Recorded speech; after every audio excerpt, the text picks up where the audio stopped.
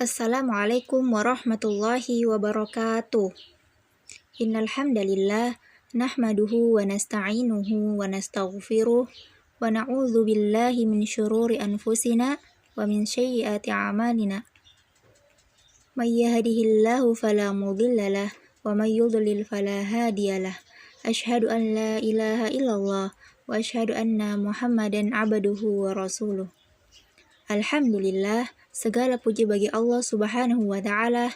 Salawat dan salam semoga tetap tercurah kepada Nabi kita, Nabi Muhammad Shallallahu Alaihi Wasallam, juga kepada keluarganya serta kepada para sahabatnya radhiyallahu anhum ajma'in. Nikmat Allah Azza wa Jalla yang paling besar yang Allah karuniakan kepada kita adalah nikmat Islam. Allah tunjuki kita kepada agama yang hak, agama yang benar, agama yang diridhoi oleh Allah, yaitu agama Islam. Kemudian Allah tunjuki kita di atas sunnah. Wujud mencintai Nabi Muhammad SAW adalah berusaha melestarikan ajaran beliau di setiap keadaan. Untuk itu para ulama menekankan sebisa mungkin setiap muslim menyesuaikan diri dengan sunnah beliau di setiap keadaannya. Mulai dari 24 jam sesuai sunnah, mulai dari tidur hingga bangun tidur, lalu tidur kembali. Tidur adalah anugerah dan nikmat Allah bagi manusia. Dengan tidur, badan rileks kembali, menjadikan segar dan tubuh pun menjadi sehat. Maka jika kita bangun tidur, hendaklah kita bersyukur kepada Allah Subhanahu wa Ta'ala dengan menerapkan beberapa adab Islam yang dianjurkan untuk dilakukan ketika kita tidur dan bangun tidur. Nah, apa saja adab-adab sebelum tidur dan bangun tidur? Yang pertama adalah kita akan mengetahui apa saja adab-adab sebelum tidur. Yang pertama, tidurlah dalam keadaan berwudu. Hal ini berdasarkan hadis Al-Bara bin Azib. Nabi SAW bersabda, "Idza ataita mudja'aka fatawadda wudu'aka lis-salati thumma dtaji' ala shikkika al-aymani." Yang artinya, jika kamu mendatangi tempat tidurmu, maka berwudulah seperti wudu untuk sholat, lalu berbaringlah pada sisi kanan badanmu. Hadis ini diriwayatkan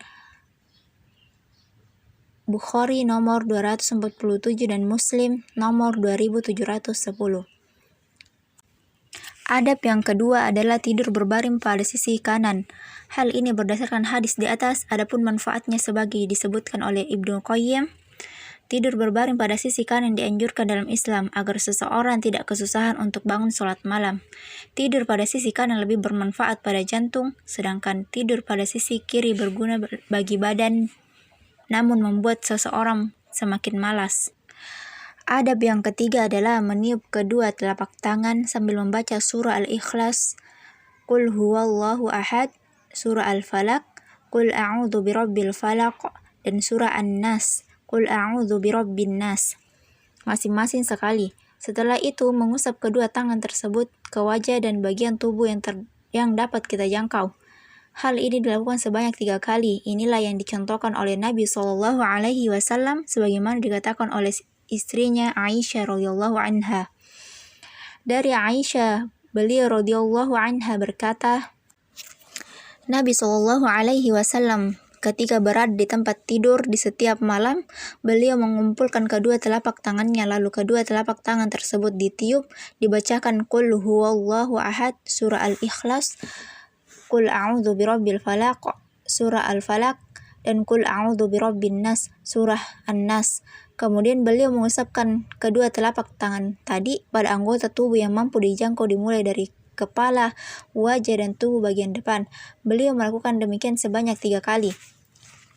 Hadis ini diriwayatkan oleh Bukhari nomor 5017.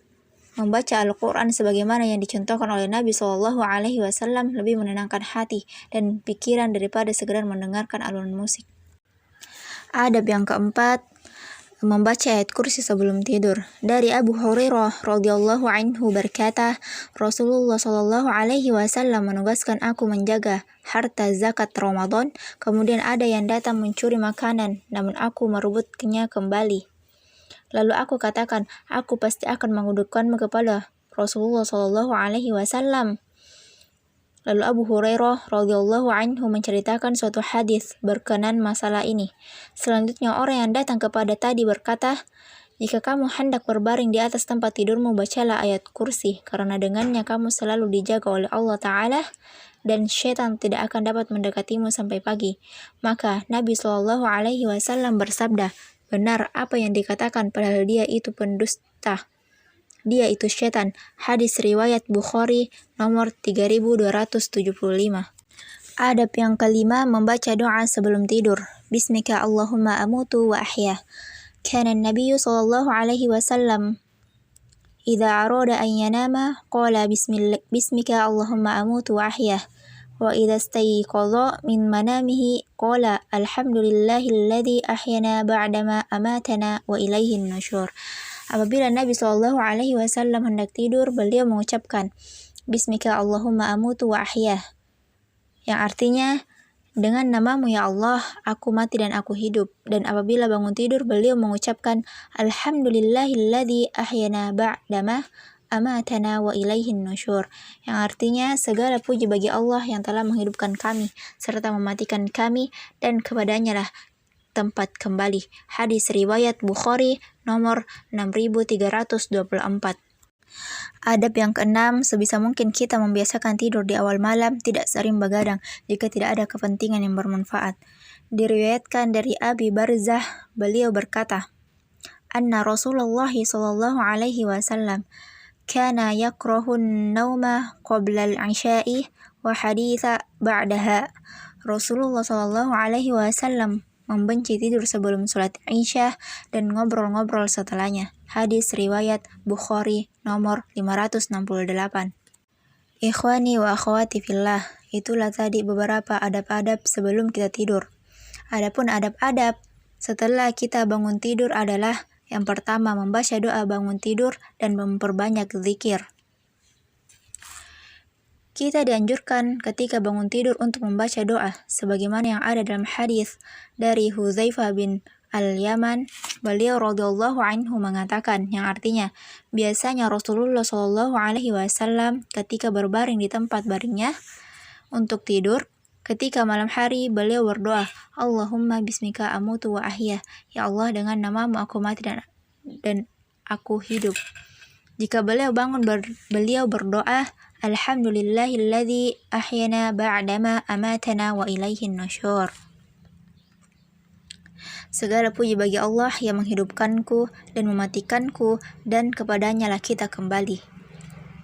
Hadis riwayat Bukhari nomor 6325 dan hadis riwayat Muslim nomor 2711. Adab yang kedua, mencuci tangan. Ketika bangun tidur, kita disyariatkan untuk mencuci tangan sebelum memasukkan tangan ke dalam bejana atau melakukan aktivitas lainnya.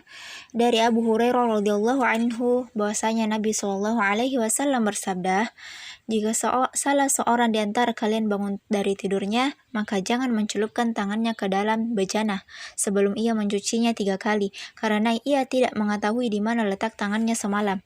Hadis riwayat Bukhari nomor 162 dan hadis riwayat Muslim nomor 278. Adab yang ketiga, bersiwak. Dianjurkan bersiwak ketika bangun tidur. Dari Hudzaifah bin Al-Yaman radhiyallahu anhu, beliau mengatakan, yang artinya, biasanya Nabi Shallallahu Alaihi Wasallam jika bangun tidur di malam hari, beliau menggosok-gosok mulutnya dengan siwak. Hadis riwayat Al-Bukhari nomor 245 dan hadis riwayat Muslim nomor 255. Hikmahnya dianjurkan ini dijelaskan oleh Syekh Shalih Al-Fauzan. Ini dianjurkan karena ketika tidur bau mulut biasanya berubah disebabkan uap dari perut yang naik, dan dalam keadaan ini dengan bersiwak akan menghilangkan bau yang tidak sedap di mulut. Adab yang keempat, berwudu untuk menghilangkan rasa malas. Ketika bangun tidur, rasa kantuk dan malas biasanya menjadi terasa. Dianjurkan untuk membaca zikir ketika bangun tidur. Segera berwudu dan menuju sholat untuk menghilangkan rasa kantuk dan malas. Dari Abu Hurairah radhiyallahu anhu bahwa Rasulullah shallallahu alaihi wasallam bersabda, setan mengikat tengkuk kepala seseorang di antara kalian ketika sedang tidur dengan 3 ikatan. Pada setiap ikatannya ia mengatakan, malammu masih panjang, teruslah tidur. Maka jika orang tersebut bangun kemudian ia berzikir kepada Allah, terbukalah 1 ikatan. Kemudian jika ia berwudu, terbukalah 1 ikatan lagi. Kemudian jika ia sholat, maka terbukalah seluruh ikatan, sehingga ia pun bangun dalam keadaan bersemangat dan baik jiwanya. Namun jika tidak melakukan demikian, maka ia biasanya akan bangun dalam keadaan buruk jiwanya dan malas. Hadis riwayat Bukhari nomor 1142 dan hadis riwayat Muslim nomor 776. Adab yang kelima adalah bersegera untuk sholat. Jika seseorang bangun tidur di malam hari atau bangun di waktu subuh, maka hendaklah ia bersegera untuk mengerjakan sholat dan tidak menunda-nundanya agar tidak terus tenggelam dalam rasa malas dan kantuk. Sebagaimana ditunjukkan dari hadis Abu Hurairah di atas, dan ini juga merupakan bentuk rasa syukur kepada Allah Ta'ala karena telah dihidupkan kembali, diberi kesempatan untuk bangun dan menghirup udara kembali, sehingga rasa syukur atas hal ini diwujudkan dalam bentuk ibadah. Itulah beberapa adab-adab sebelum kita tidur dan adab-adab ketika kita bangun tidur.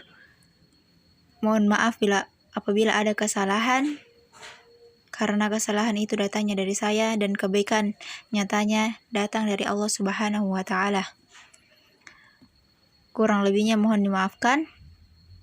Wassallallahu ala nabiyyina Muhammadin wa ala alihi wa sahbihi wasallam. Wassalamualaikum warahmatullahi wabarakatuh.